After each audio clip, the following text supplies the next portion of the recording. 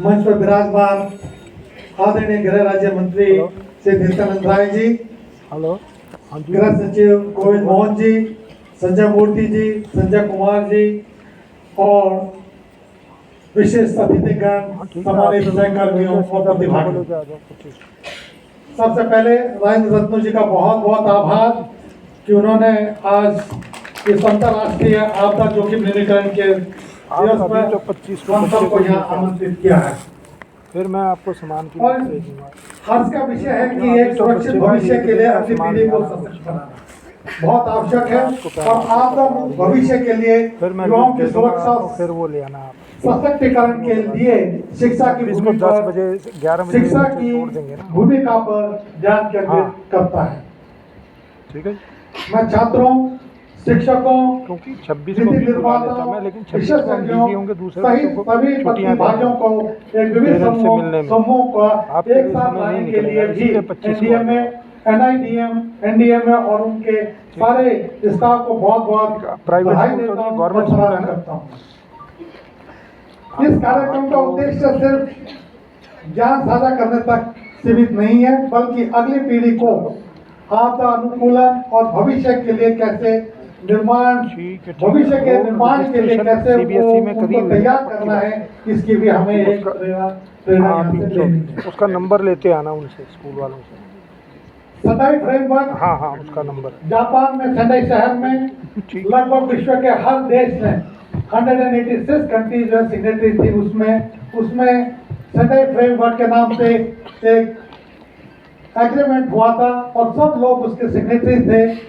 उसमें भी जो है आपदा न्यूनीकरण के लिए बच्चों और युवाओं की सक्रिय भागीदारी पर जोर देता है। इसके साथ ही सुरक्षित दुनिया को एक आकार देने और भाग लेने के लिए साधन के बारे में भी इसमें महत्वपूर्ण एक उसमें मेंशन है इस चीज का। और सेंडाई फ्रेमवर्क से ही प्रेरणा लेकर के भारतवर्ष में माननीय प्रधानमंत्री जी ने आपदा के लिए 2016 में एक 10 पॉइंट एजेंडा हम सब लोगों के सामने रखा था और आज ये 10 पॉइंट एजेंडा पूरे भारत में नहीं बल्कि पूरे विश्व में एक उदाहरण बन गया है कि कैसे आपदाओं से लड़ने के लिए अपने को तैयार करना है। और इस 10 पॉइंट एजेंडा में भी एजेंडा नंबर 5 जो हमारी टेक्नोलॉजी के ऊपर है, एजेंडा नंबर 6 जो हमारे यूनिवर्सिटी को एक साथ लाने के लिए है और एजेंडा नंबर 8 जो फ्यूचर के कैपेसिटी बिल्डिंग के लिए है, उसको भी इस पे विशेष ध्यान दिया गया है। ज्यादा बोलते हुए मैं सिर्फ जैसे गोविंद मोहन जी ने कहा है कि सेवा का भाव होना चाहिए होमगार्ड में। एनडीएमए ने 2016 में एक 6000 लोगों के लिए एक आपदा मित्र स्कीम शुरू की थी, जो कि 25 राज्यों के 30 जिलों में थी जो बाढ़ प्रभावित क्षेत्र थे, उनके लिए आपदा मित्र स्कीम शुरू की थी।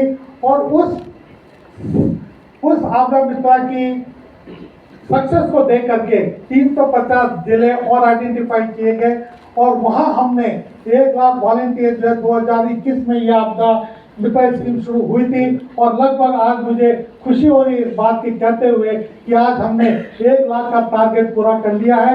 और यह आपदा मित्र आप सब लोगों के 350 जिलों में यह आपदा मित्र नहीं, यह आपके भी मित्र है और ये एक स्वयं सेवा की भावना को इस समय जगाते हैं।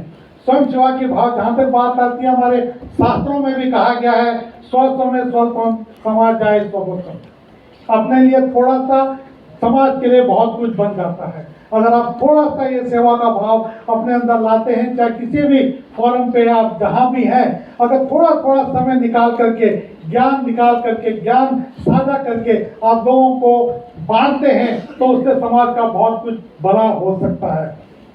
जहाँ तक प्रकोपों से निपटने की बात है, मैं समझता हूँ कि जिस देश की 50% से ज्यादा जनसंख्या 30 साल से कम उम्र की है, उस देश को किसी से डरने की और किसी से भी भय खाने की जरूरत नहीं है, क्योंकि युवाओं के पास इतना जोश और इतना उनके पास ऊर्जा होती है कि वो हर आपदा का सामना कर सकते हैं।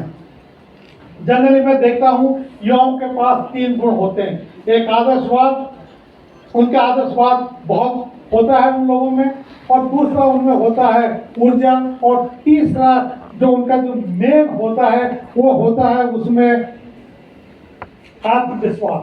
तो ये तीनों ही गुण अगर हम हमारे युवा अपने अंदर लेके आते हैं, आदर्शवाद जो भारत की पुरानी संस्कृति को है उसको आगे ले आने का काम करता है, आत्मविश्वास उनको आत्मविश्वास और ऊर्जा उनके अंदर जो है, जो उनके अंदर ऊर्जा है, उस ऊर्जा को अगर हम ढंग से चैनलाइज करते हैं और आपदा का थोड़ा सा ज्ञान वो अपने अंदर भरते हैं और लेके चलते हैं, तो मैं समझता हूं कि ऐसी कोई आपदा नहीं है जहां ये युद्ध अपनी ऊर्जा को लगा करके उसका सामना कर सके।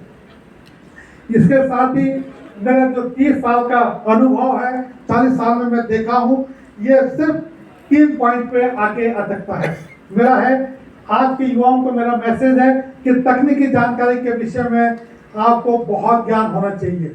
नई नई टेक्नोलॉजी इस फील्ड में आ रही है, उसके लिए आपका ज्ञान होना चाहिए, अच्छा ज्ञान आपको अर्जित करना चाहिए।